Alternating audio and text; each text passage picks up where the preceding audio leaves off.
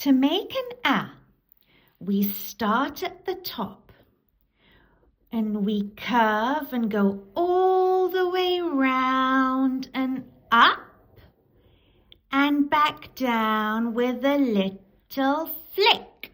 And that is how we make an A.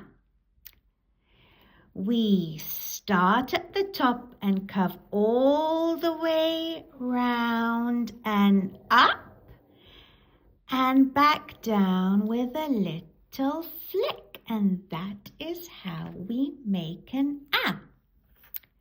Let's think of some words that start with the letter sound A. A for apple. A for alligator. A for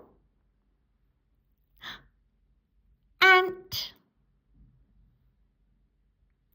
And A for an anchor. Can you try tracing the letter sound A?